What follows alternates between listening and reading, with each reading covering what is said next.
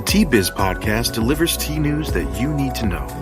A recap of the week's major headlines with commentary and cultural trends hosted by Dan Bolton. It is the voice of origin for tea professionals and enthusiasts worldwide. Each year, the Tea Biz portal publishes the State of the Tea Industry Forecast, a forward-looking assessment of production, pricing, trade, and demand. We invite tea professionals across the value chain to review the findings and contribute their perspective. Your insights help refine the forecast before it is finalized on March 1st. Hello, everyone. Here are this week's headlines. The Middle East conflict has dramatically lowered Sri Lankan tea exports. Assam unrest has revealed deeper industry strains. And Turkish tea finds a bigger export market. Plus, the power of feedback. What if anonymous worker feedback became reliable and persuasive? Could feedback be powerful enough to reshape tea sourcing? For decades, ethical tea suppliers have relied on audits and certifications, but what if the people closest to production, the workers themselves, became the source of continuous improvement? Guy Chambers, former CEO of Finley's, joins us today for a discussion about Glassmarks, a not-for-profit platform he founded designed around three simple ideas: safety, fairness, and voice.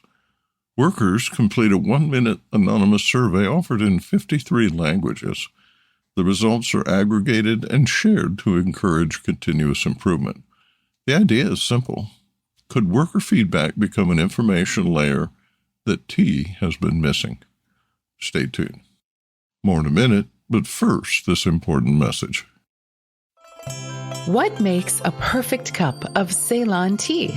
The perfect cup is from the tea businesses that ensure the protection of all the children living within their tea estates. We salute Kailani Valley, Telawakili, Bogawanthalawa, Harana, and Elliptia tea estates. Support Save the Children, Sri Lanka. Sri Lanka tea exports are down sharply as the industry faces a growing challenge that has little to do with weather, crop yields, or auction performance. Instead, the issue is market concentration.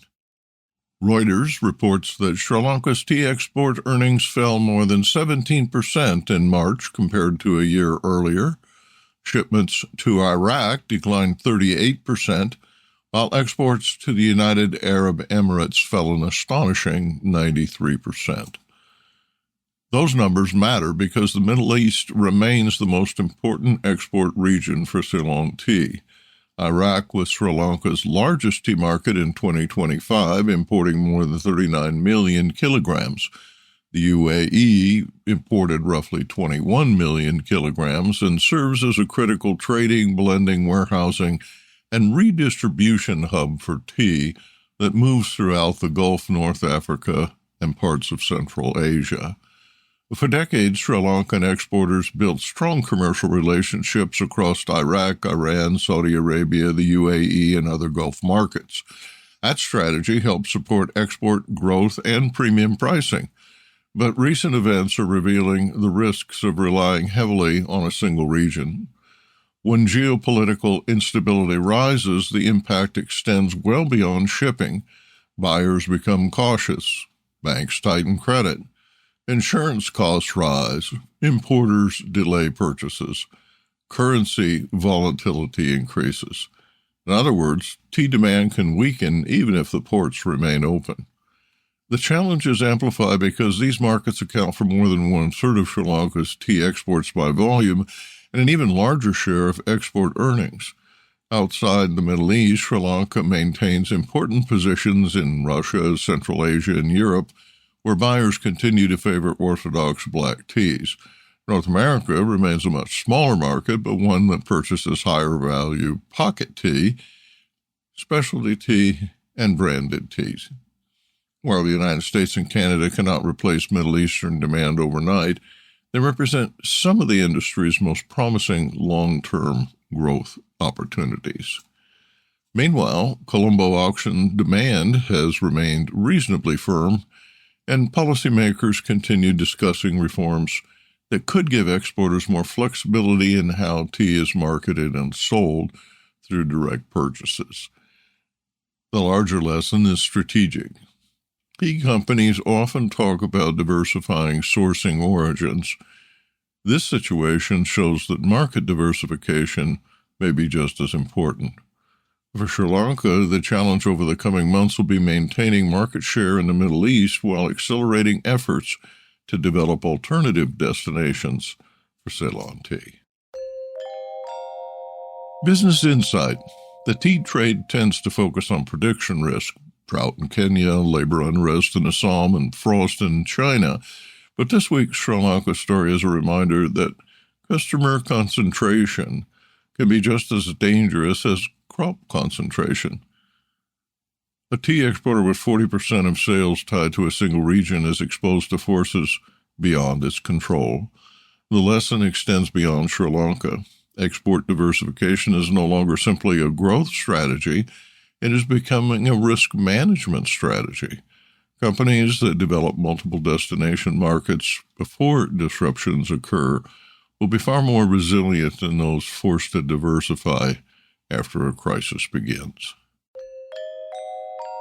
Tea workers protesting across several estates in Assam made headlines this week, but the demonstrations revealed something larger than a labor dispute. Thousands of workers at 5 Dibugra tea gardens have raised concerns about wages, housing, health care, and working conditions. Labor tensions are not new to Assam, but the protests come at a particularly sensitive moment for India's largest tea-producing region. Reports indicated organized protests and road blockades, but no major injuries, fatalities, or widespread violence.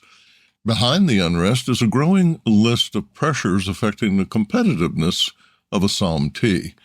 One source of controversy remains India's tea auction reforms. Earlier this year, the Tea Board closed the Jorhat Tea Auction Center and continues to enforce mandatory digital auction requirements.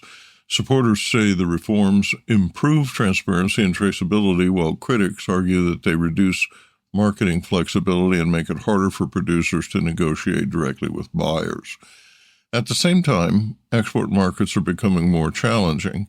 Instability in the Middle East is disrupting buying patterns across some of the world's largest tea-consuming regions. Importers facing uncertainty over shipping, financing, insurance costs, and consumer demand are becoming more cautious. Sri Lanka is currently the most exposed, but Indian exporters are closely monitoring developments.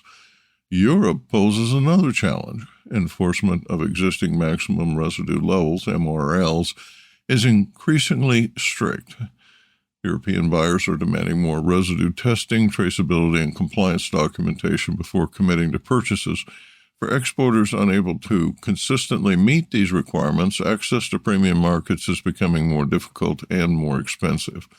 Meanwhile, competition is intensifying closer to home. Improving trade relations with Nepal are facilitating greater movement of tea across the border. Nepal's orthodox tea sector continues to expand and gain recognition among international buyers. With lower cost and improving quality, Nepalese teas are creating additional competition in premium categories traditionally associated with Darjeeling and parts of Assam. None of these issues alone threatens Assam's standing as one of the world's great tea-producing regions. Together, however, they create a more challenging operating environment than many producers have faced in years. The question is not whether Assam can produce world-class tea. It is whether the region can adapt quickly enough to remain competitive in a rapidly changing global market. Turkey's tea sector is experiencing record exports. According to the Eastern Black Sea Exporters Association, Turkey exported more than 6,200 tons of tea last year, generating $34.8 million.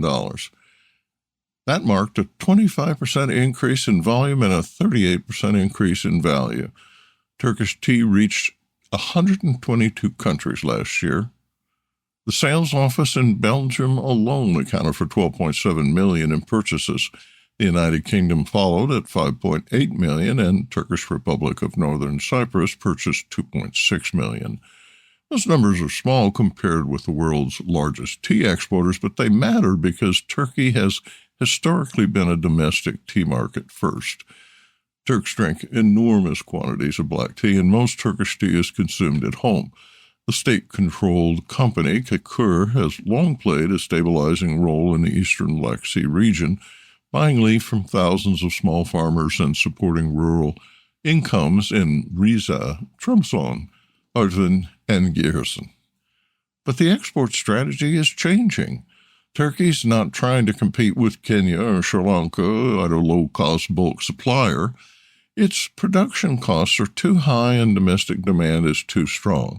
Instead, exporters are pushing branded, packaged, and higher-value tea into markets where Turkish identity matters. Europe is central to that strategy. Belgium is not only a major supplier, but it also acts as a distribution hub into Germany, France, and the Netherlands. The UK is another important market, and Turkish exporters are also targeting the Middle East, North America, and Asia Pacific. The strategic point is that Turkey is using exports to increase per kilogram value, not merely to move surplus tea. For Kekur and private exporters, the next stage is to deepen retail and wholesale relationships, especially in Europe, and to expand beyond diaspora demand. Turkey's tea export growth is still in its early stages, but the direction is clear. A tea industry built to serve domestic drinkers is now learning how to sell origin, identity, and brand value abroad. Business Insight. Turkey's tea export gains were gradual, not sudden.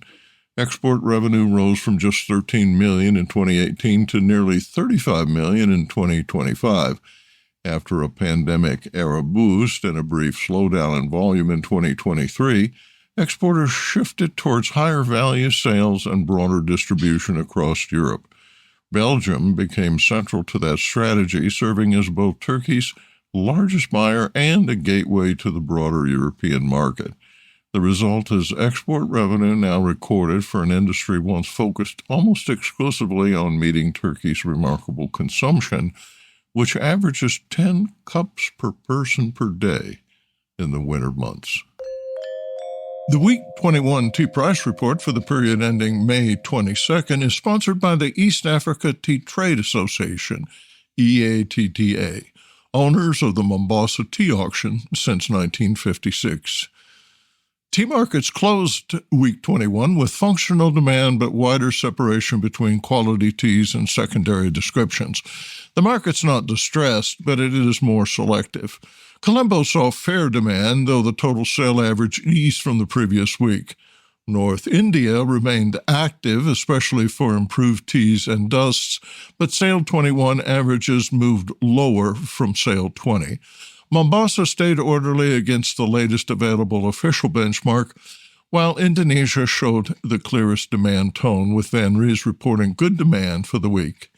In Colombo, prices averaged $3.62 a kilo this week, down 20 cents, versus the previous week in Sale 19 and 20 in May 2026.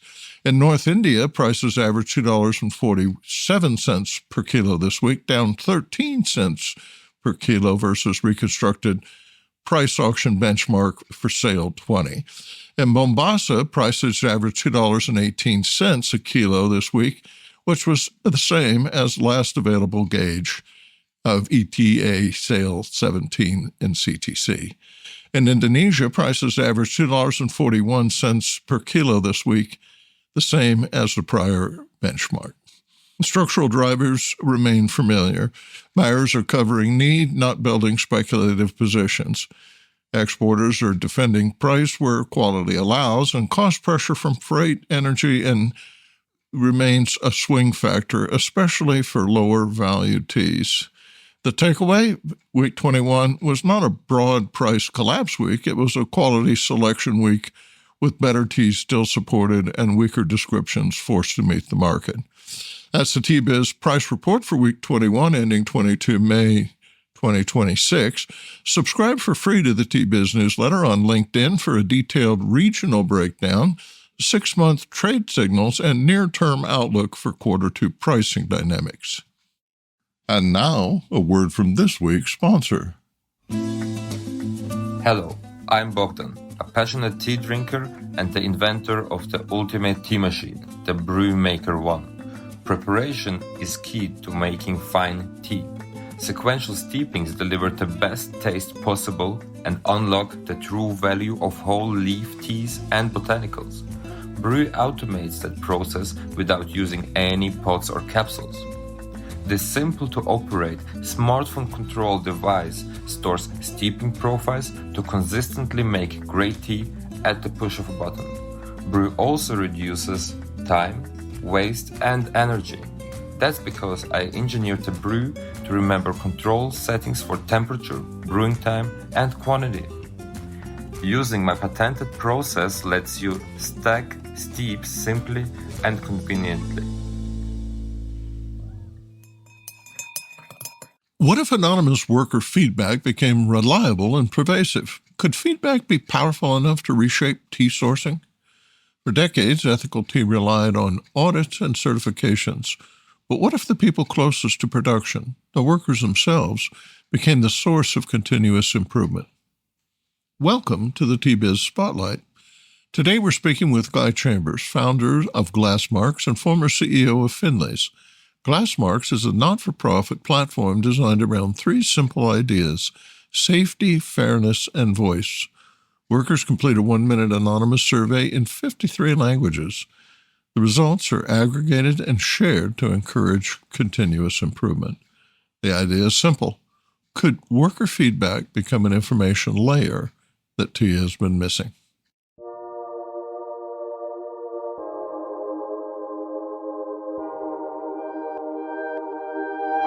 Glassmarks founder and executive chairman Guy Chambers has spent more than 3 decades in the global beverage industry, including leadership roles in China's ready-to-drink tea sector and as a former CEO of Finlay's. His current work focuses on building transparency, worker feedback systems, and continuous improvement models for supply chains. Thanks for joining us on the podcast, Guy. You've spent decades in beverages and tea. What convinced you that the industry needed a different approach? It's a great question. And it's a very important question as well. So my background is about 33 years now in the beverage industry. About 20 years of that was in China, actually as a Coke bottler. So I was sort of building Coca-Cola business as a franchisee bottler and setting up bottling facilities, then setting up route to market and bottling Coca-Cola products for the Chinese masses, and then moved over to the tea side and sort of bought a Chinese tea company for an investor. And we were supplying all the big tea RTD players in China. And then I went to be CEO of Finlay's. So that was, again, back in tea, doing global tea supply for big brand owners. And I left, as you probably know, 3-4 years ago, I left to set up my own business. And the real motivation behind that, a lot of it was really driven by sitting in sometimes industry meetings where people are very aware of the challenges that the tea industry has, but, and talking about problems such as, information transparency, revealing where tea comes from, kind of legacy practices of power relationships in plantations. How do you actually address these things?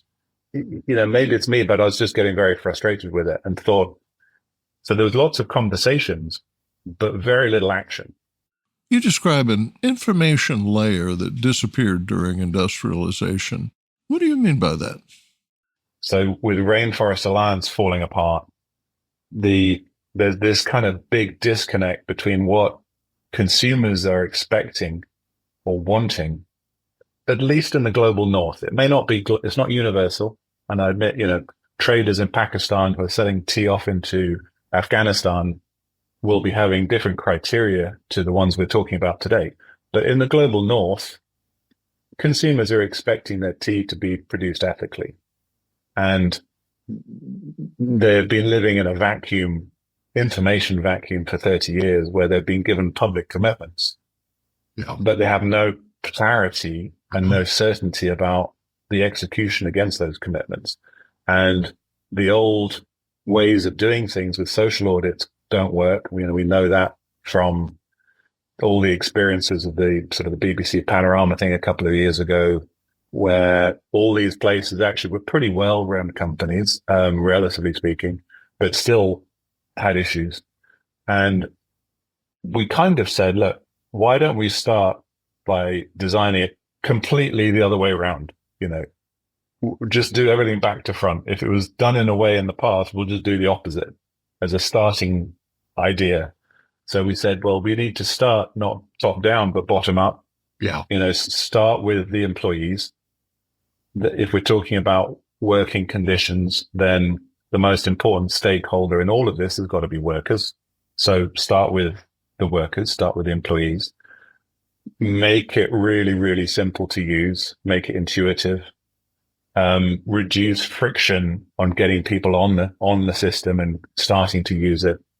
And we were saying, well, okay, how do you keep it really simple? And we looked around a little bit and said, actually, most companies have signed up to, generally speaking, the same 9 or 10 commitments on ethical working conditions or labor conditions. Okay. There's the Ethical Trading Initiative base code from about 30 years ago. It's now seeped into commitments from every company, whether it's the UK retailers or brand owners or even the US ones. All the US retailers have the same kind of core commitments. And we said, okay, well, let's start with that. So let's start with the 9 questions or 10 questions around that.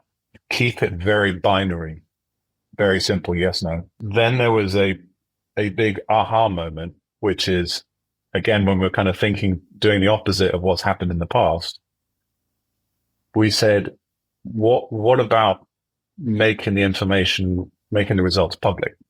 Mm-hmm. Because in the past, these audit results are always private. So we thought, well, what's the pros and cons of making it public? And if you make it public, there's a couple of things. One is it actually makes the worker feel a bit more empowered because it's almost like a collective voice. That's the sort of logic behind that. And that collective voice is also super useful for other people in the ecosystem, buyers. That's where the discussion starts to shift. Glassmarks is not trying to measure tea quality directly. It starts somewhere more fundamental. Why focus on working conditions first rather than quality metrics or sustainability indicators? I think it may help if I put this in what we're talking about in a slightly broader context, which is that you can kind of break down, it relates to a far bigger story, which is about how human civilization evolved. The story has 3 chapters. The first chapter was, hundreds of years ago, we all knew where our food was coming from. We all knew where our basic necessities like clothing and shelter came from because all those things were local. Then we moved into the second chapter, which started a couple of 100 years ago, where we see the introduction of manufactured items or traded items. And, tea and spices are actually one of those very early traded items. The distance between the consumer and the producer started getting further and further. So as industrialization happened, people came off the countryside, they came off the farms, they went into factory jobs, and they no longer knew where food came from. Right. They no longer knew where their clothes came from because there was all division of labor. That kind of social contract, almost, that when things are being produced, you knew how they were being produced and the impact that was being generated. You knew was your farmer treating their employee, the farmer in your next door neighbor, were they treating their employees well? You knew that because you were seeing them every day. Right. All of a sudden, when the farm was hundreds of miles away or thousands of miles away, you no longer knew that. And that layer, if you take a product, the product has 3 layers. There's a kind of qualitative or functional layer. This is tea. It's a beverage. It has some sensory dimension to it. There's that physical layer. You have an economic layer, which is price, what you pay to get that physical item. But there's also an information layer. Mm-hmm. And that information layer, you didn't need to capture that data when it was in your next door neighbor's field. But during the Industrial Revolution, that information layer basically got stripped away. It fell apart. Right. But that information layer, which is where is it from? How is it made? that disappeared. So that information layer, which is where is it from? How is it made? Was it made ethically? What is the impact of that? How much water was used to make it? That's the second chapter. We're beginning to move from the second chapter into the third chapter of the story, which is that people actually want to know the information layer. They want to know the story. They want to know, was it produced ethically? They want to know, what kind of impact does it have? And there are now devices flying around. We all have these in our pockets, right, that allow data capture, data dissemination, data aggregation, and data retrieval in a very different way that has never existed in history before. So it is the data collection that is happening inside Glassmarks is focused solely on the working conditions.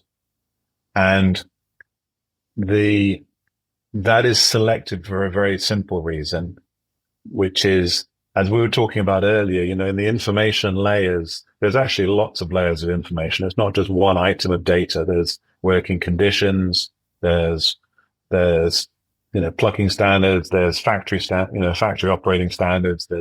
There's carbon usage, carbon footprints. There's water usage. There's regenerative agriculture. You name it. There's a long list of broad items of information which would be useful to know. However, what we're doing, though, is starting something which is a new communication channel. And we are signaling something which has not been signaled before. And our approach has been, if you're doing something new, you have to keep the signal simple. right. So if you're sending lots of messages at the same time in a new way, then the likelihood of failure increases exponentially. And the foundational element is human rights, labor conditions. Yeah. Because this is kind of what a lot of ESG people talk about, and we're influenced by different writers on this one and different academics, but they often kind of come back and say, look, the absolute foundational one is human rights. Because if you're not doing that properly, then you're highly unlikely to be doing the other things properly either.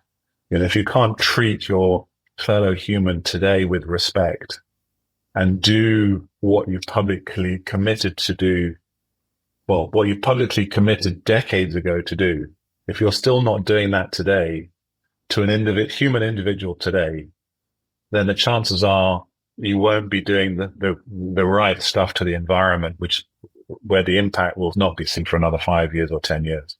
So that human piece is absolutely the cornerstone of where Glassmarks starts. It says, look, let's just start at the most primary layer, which is around human rights, but workers' rights in the workplace.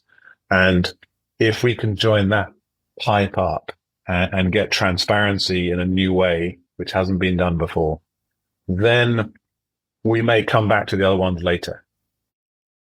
Can Glassmarks become a daily management tool rather than another audit system? Yes. So the whole idea of Glassmarks is that it has to be, it has to be valuable locally.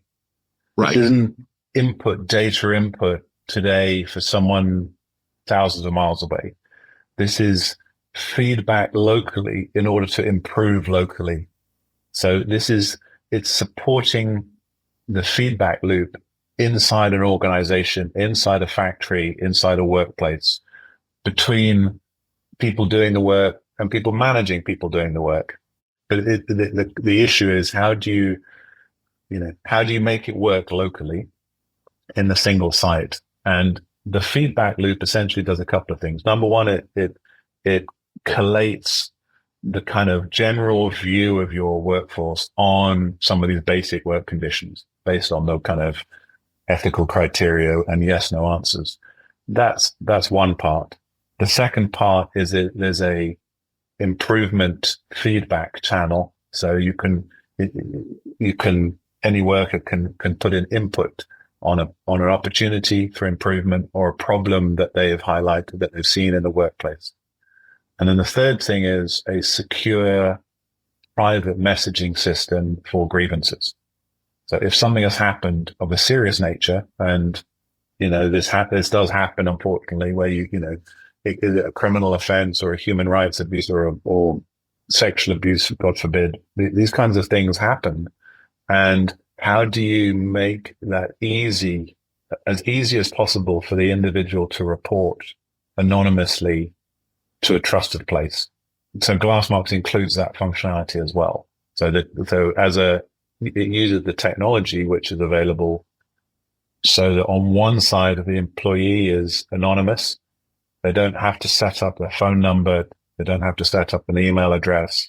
They remain 100% anonymous, and they can sort of start a secure private message just like on WhatsApp, but they are anonymous, and the message goes to a designated guardian to then follow up and respond.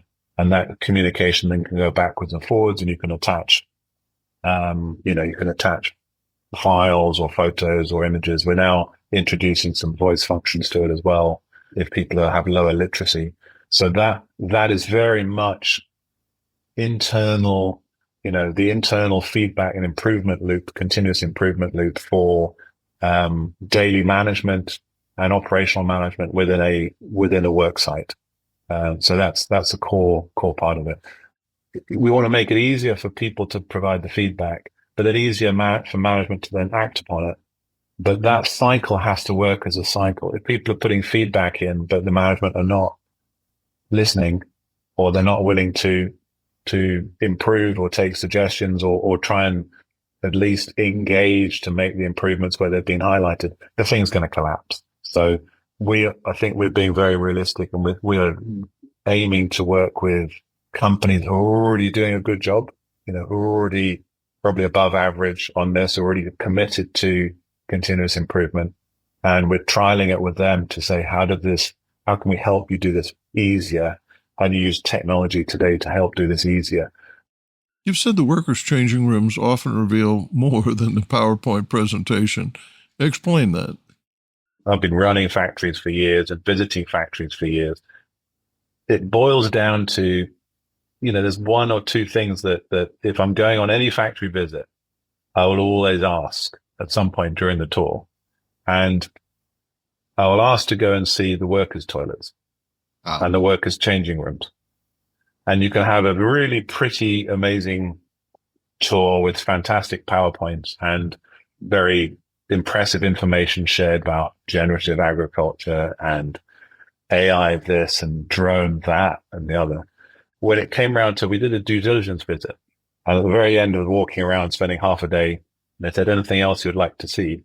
And I said, yeah, could you please show me the workers' changing rooms and bathroom facilities? First of all, the person running the business didn't know where they were. And when the person then had to ask where they were, and that individual had been there 5 years. So that's pretty criminal in my view. But when they then asked where they were and we were taken to them, surprise, surprise, they were appalling. They were really, really bad. And that, I think, sends a really symbolic message, which is we don't really care about that. If you want to have a continuous improvement, culture in a business, looking after employees on some really basic things like, give them some clean changing facilities, give them a place to have a shower, give them uniforms which can get washed by the company so they can go home in their own in their own clothes and not have to wear dirty uniforms, and give them a lockable locker to put their stuff in during the day. These are really, really basic things which do not cost a lot of money. If you're not doing that stuff, then a lot of the other stuff above that is just built on quicksand. And so this survey, actually, the Glassmarks survey, very first question is, do you have access to clean water and toilet? Yeah, because, when that answer is no, yeah, that's where you have to start. Management is about prioritization. So what are you going to do? That's where you're going to start. Just let's focus on get that right first, and then we'll go back to the other things. Could Glassmarks influence buyer behavior? Simple answer to that is yes. And that Glassmarks is, if it's successful and if it starts getting traction, is potentially a signaling layer. I mean, whether it's benchmarking or signaling, it's similar kind of thing, but primarily it's a signaling layer to help decision making. And that decision making is both for management of the working, of that workplace, because they're getting feedback on how to improve or what areas to improve locally for management. And it's also signaling for buyers. So it's signaling externally to folks out in the market, whether they are brand owners or retailers, it's adding a layer of information that they can look between sites and start having a more rich idea of the working conditions in those different sites. And that's the kind of basic idea. It's a signaling layer. And the more sites that use the tool, obviously the richer the information for people looking at it.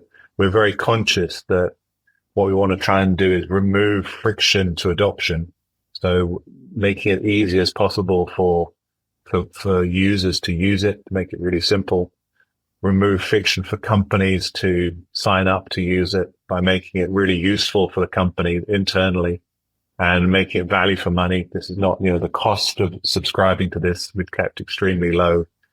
And because the idea is we want as many places to adopt it as possible and start going down that improvement journey. Is it a competitive signal? Yeah, realistically, yeah. I mean, if people are doing things better than each other, better than your next door neighbor, and you can use that as a selling point, then Glassmarks can help communicate that, can help signal that. Technology is only part of the challenge. Trust may be the harder issue.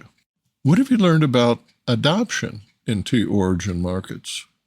Yeah, so you've hit the nail on the head, Dan. As usual, this is an important question and a difficult one. First of all, it's not, the barrier is not a technology issue. This isn't a technology problem. You can build a tool, but the question is, for the tool to be effective, it has to fit, it has to work in the social environment that it's been designed for. In this case, the context of what we're trying to do is really, really important. And the technology has been developed. We from very, very early in the development of this, it was field tested in tea factories. And so quite early on in the development, it was put in users' hands to understand, can the average tea worker in Kericho use this, for example? And understood, is the workflow simple enough to understand? Is this difficult to use? Do you need, the idea was we didn't want any configuration and any training. So can you give it to someone? And we specifically didn't create a training manual or set up training sessions for the users. The very, very first batch of users, we specifically didn't give them any training just to see what would happen. So it's just as simple as pulling a phone out, getting to the URL, and you're in business. It tries to get zero friction. So you get sent a link by WhatsApp and you're off. Yeah. So it's figuring out how does that then fit? The more complicated challenge is, how does that information then fit in the relationship between your workers and your management? Because it's got to be a flow, as we talked about before. There's got to be a feedback loop there. So in places where the power distance between workers and management is very, very small, for example, if you're in a tea farm in Taiwan or a tea farm in Japan, that information is kind of, the management link between the employee and the owner is very close. And so that's not a difficult one to get that feedback loop happening in. But as you know, the power distance in places like large scale tea estates in Kenya or Tanzania or Rwanda, that is a lot more complex. So we have chosen specifically to, in the places where there are larger scale tea estates, we are only targeting and working with owners which we already know are highly committed to this and committed to continuous improvement, are really committed to be doing the right thing in their working environment. And that's not every single tea estate owner. We have selected and are in the discussions with and doing these trials with what we think are sort of the more sort of forward-looking, future-looking, longer-term, truly sustainable owners of these businesses, and getting it to work in those environments, because it has to be a management team and an owner who's committed to doing the right thing and listening to that feedback, so that it's going to be Right. It's not the tool itself by itself is not going to solve the problem. The tool has to be embedded in a culture where they're willing to use that information to improve the business. So that's the kind of the key thing, keep it simple for the worker side, keep it anonymous for the worker. And on the management side, make it useful, make the information useful as part of the continuous improvement process. Use the data to help create some management dashboards more easily, so it's easier to manage the process. And then incentivize good performance. And you incentivize good performance by buyers being more interested in the places doing this. We'll focus on the better places, get them started first, and then potentially other places would get interested. And then there'll be some kind of division of the world where some factory owners decide, if they want to serve the global north, this is what they're going to have to do. Or if they're just happier selling to Pakistan or Russia or something, maybe they don't need to have the same levels of compliance, and they just come off. They come off all the, they come off some of the certification systems because they're not necessary for those markets. So the implications, I think, we'll only really know once folks are using it, but I think it may have a knock-on impact on how the industry is structured, because it will be a point of difference for people who are meeting those commitments. Some of them are meeting them today, but it's simply not being recognized for it. We wanted to find a word to help describe some kind of signifier. The idea sort of popped into someone's head during all of this, where we said, look, how about you have a marker, and glass is transparent. It helps you see through things. But as you may have seen from the Glassmarks site, and if you played around on the maps at all, the glass marks change color. So they start as clear, and then depending on the score, they change color, and they are either red if it's low scores, amber if they are kind of medium scores, average scores, or green if they are high scoring. And that's a very simple kind of traffic light system that the glass mark itself changes color over, as a result of the feedback and the data coming into it. So input data gets aggregated and then gets converted into a number, as a percentage number, but then also changes the color of this score. So it's about creating a marker, which is almost a dynamic marker, allowing transparency. And so it started as another word, actually, which then didn't land particularly well. And then it was and sometimes a lot of innovations, it popped out in the middle of the night, one night, and it kind of stuck. So it's just a very simple focus on one concept of that glass mark. Glassmarks proposes a simple idea: make invisible conditions visible, turn worker voice into signals, and create incentives for continuous improvement. Our guest today was Guy Chambers, founder of Glassmarks. You can learn more at glassmarks.org. That's glassmarks.org.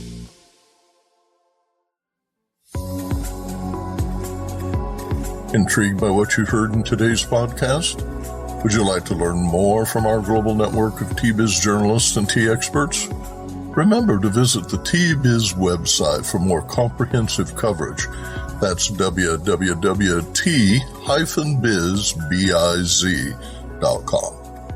Thanks for listening. Farewell till next week.